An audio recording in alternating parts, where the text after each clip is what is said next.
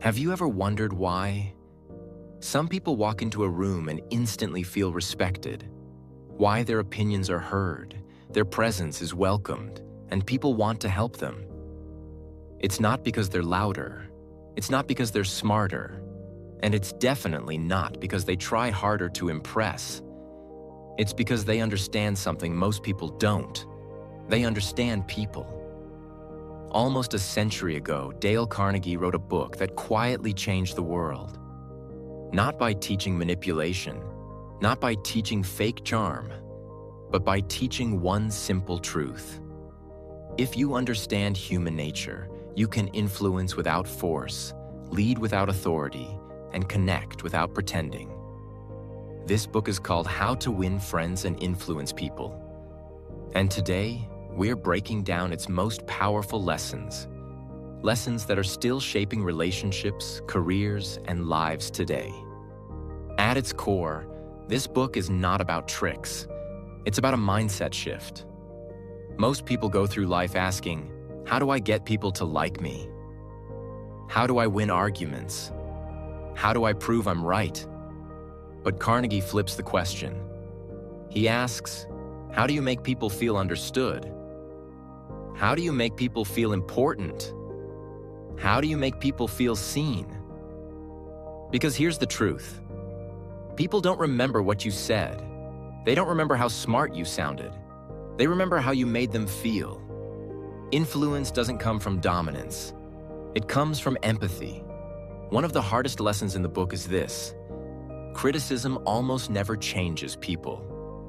When you criticize someone, their first instinct isn't to listen. It's to defend. Even when people are wrong, they rarely see themselves that way. Carnegie explains that. Criticism bruises ego. It creates resentment, and it damages relationships. Instead of improving behavior, it pushes people further away. The irony? Most of us criticize because we care. But caring doesn't mean correcting.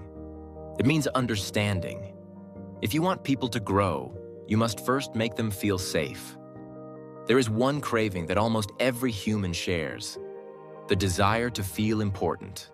Not flattered, not manipulated, but genuinely appreciated. Carnegie reminds us that appreciation works when it is specific, honest, sincere. Not, good job, but I really appreciate the effort you put into this. Not, you're great, but that idea you shared helped a lot. People will forget advice, they will forget instructions, but they will remember appreciation. And here's the secret. People work harder for appreciation than they ever will for criticism. Most conversations fail for one reason. Everyone is waiting for their turn to talk. Carnegie teaches something counterintuitive. The most interesting people are not those who talk the most. They're the ones who listen. When you show genuine interest, people open up trust forms. Naturally, influence grows effortlessly. Asking someone about their story is more powerful than talking about yours. Because to the other person, their story is the most important story in the world. A person's name is the sweetest sound to them. Remembering it sends a quiet message. You matter. Listening deeply sends an even louder one. I respect you. Carnegie explains that listening is not passive. It is an active skill.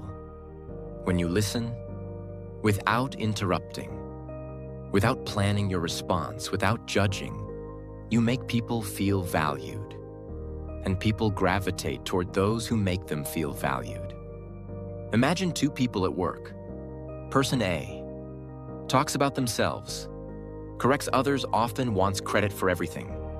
Person B listens more than they speak, appreciates effort, makes others feel important.